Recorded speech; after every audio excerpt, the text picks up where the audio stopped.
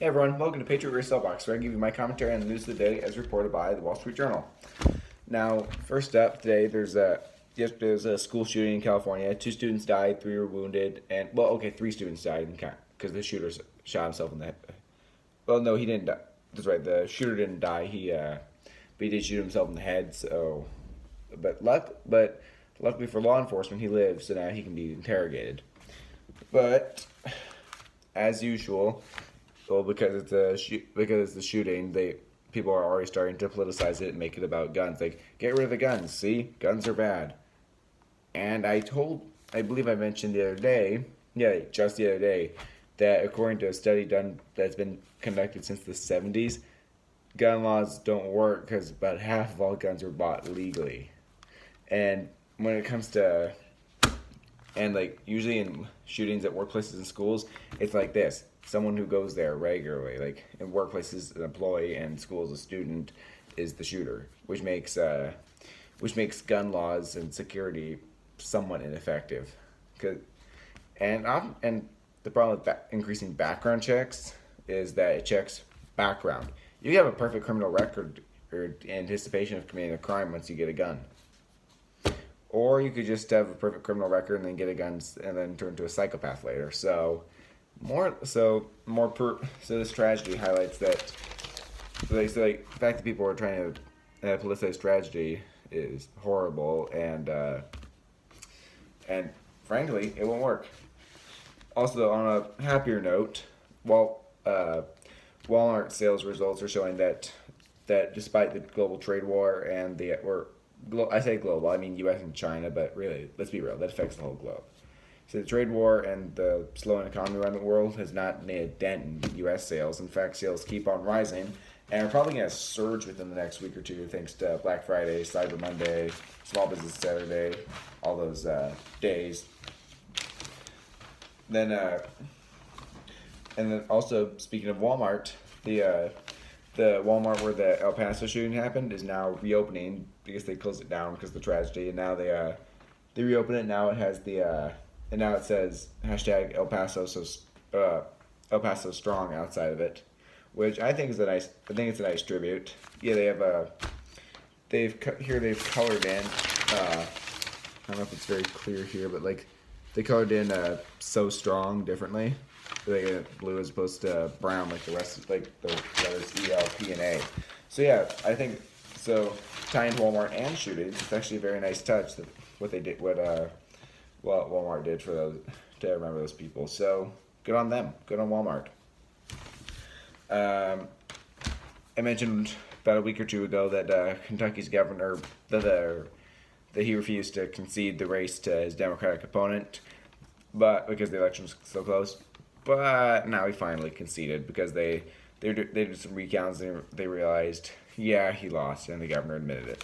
So this doesn't bode well, really, for Republicans, given that Mitch McConnell is from Kentucky. So if they voted for a Democrat, then Mitch McConnell, who's up for re-election in 2020, might lose his seat, which is unfortunate because he's the Republican keeping all the Senate Republicans in line with Trump. So lose McConnell and things quickly will not be going well for the Republican Party. On an even brighter economic side than the Walmart sales and consumer spending in general, fewer jobless people are needing unemployment benefits because they can rely on charity and that kind of thing, or family, or are just getting jobs. So the trend under the Obama presidency was more and more people on benefits because his policy sucked, and then now Trump, that number's plunged, gone way, way, way down. Unemployment's plummeted, welfare dependency has plummeted, the economy has surged. So I think it's nuts to vote for anyone but Trump. I mean, come on. He's clearly showing that he can do the best for the economy out of any president to date. What's really funny about this, though, is that people are predicting if Trump wins, the stock market's going to crash. If Trump wins, the economy's going to tank. First of all, the economy sucked anyway until Trump came along, so what harm could he have done?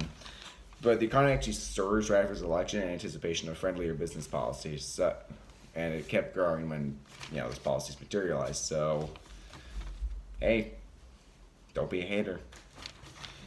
And I believe it meant, and then I mentioned before that the term quid pro quo for the impeachment hearings is kind of ridiculous because it literally means something for something or this for that in Latin. So it can refer to any exchange as simple as like you buying a banana from the grocery store. And which is why they're now using the words extortion and bribery in the hearings. Nancy Pelosi is calling Trump's Ukraine actions bribery.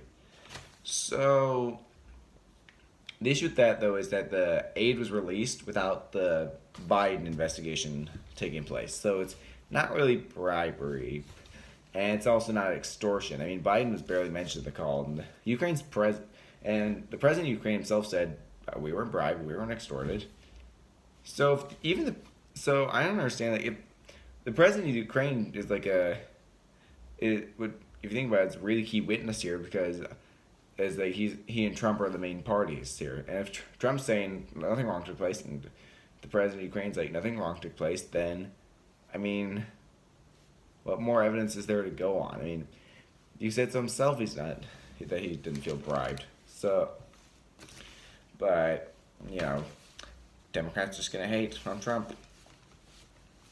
And then New York won a legal battle in a lower federal court for to get Trump's tax returns, but Trump has appealed to the Supreme Court so that to further stall all his tax returns from getting released. And speaking of which, President Trump's filing to move his place of legal residence from Trump Tower in New York City to Mar-a-Lago in Florida to escape taxes because Florida is one of 9 states without an income tax.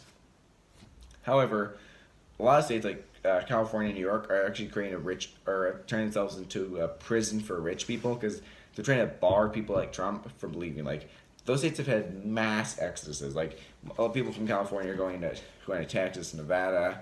People from New York going to Florida, Trump included.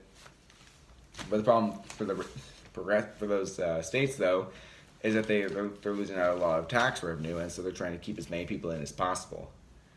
So that's not legal, really. And in effect, liberals call the border wall the Berlin Wall when the Berlin Walls keep people in, Trump's walls keep people out.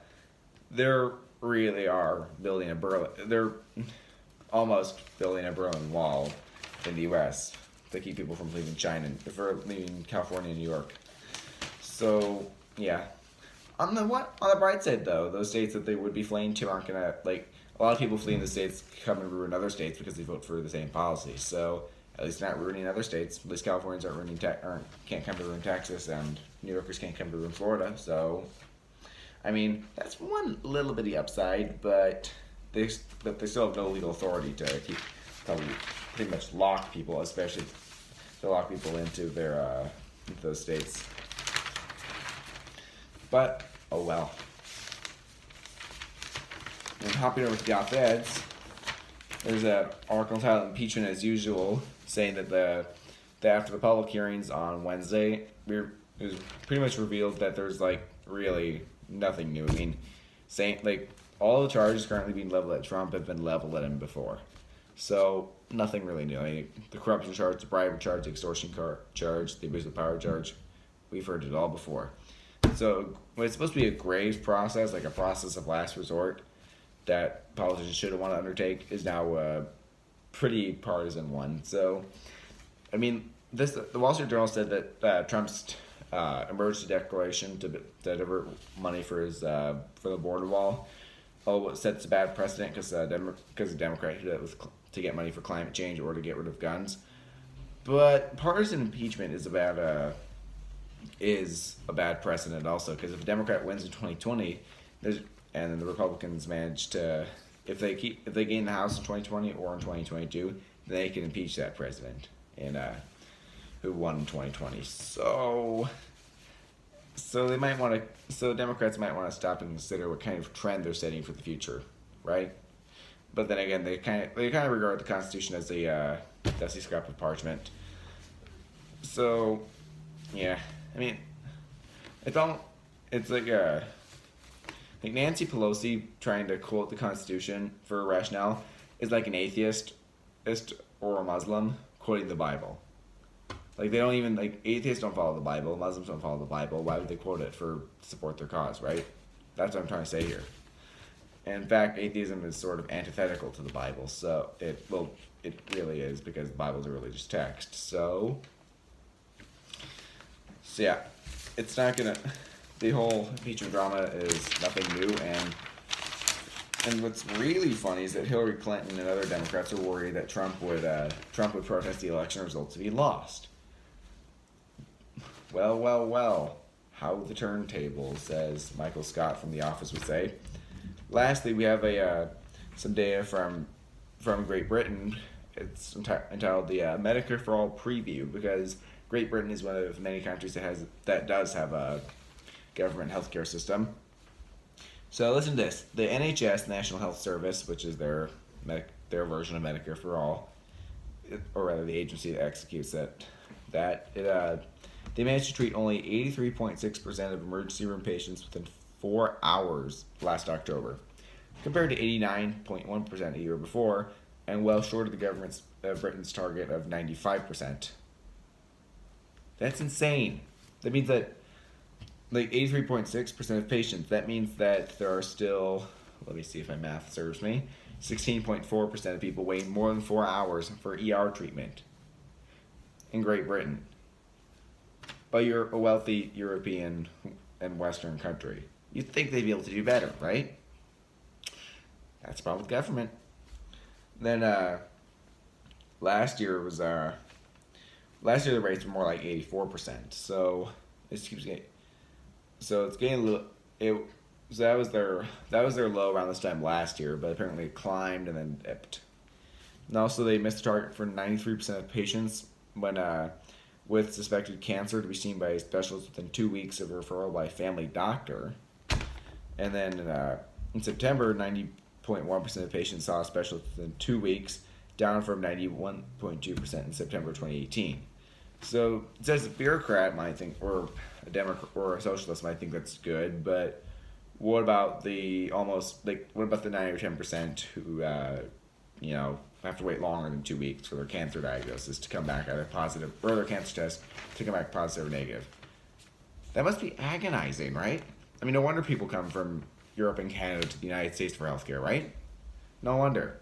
And let's not forget that Britain also has Britain last year, I think it was, they announced that they're going to move fat people to the back of the line, so to speak, when it comes to certain medical procedures, especially surgery, so they can favor skinny people.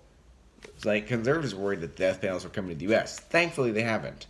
But death panels have sort of already come in England. I mean, they denied care to a little kid, and he had to come to the U.S. for treatment, and luckily he was able to. But yeah, Great Britain is now waitlisting fat people, so they're weeding out the weak, or what they perceive as weak, because they simply don't have the money.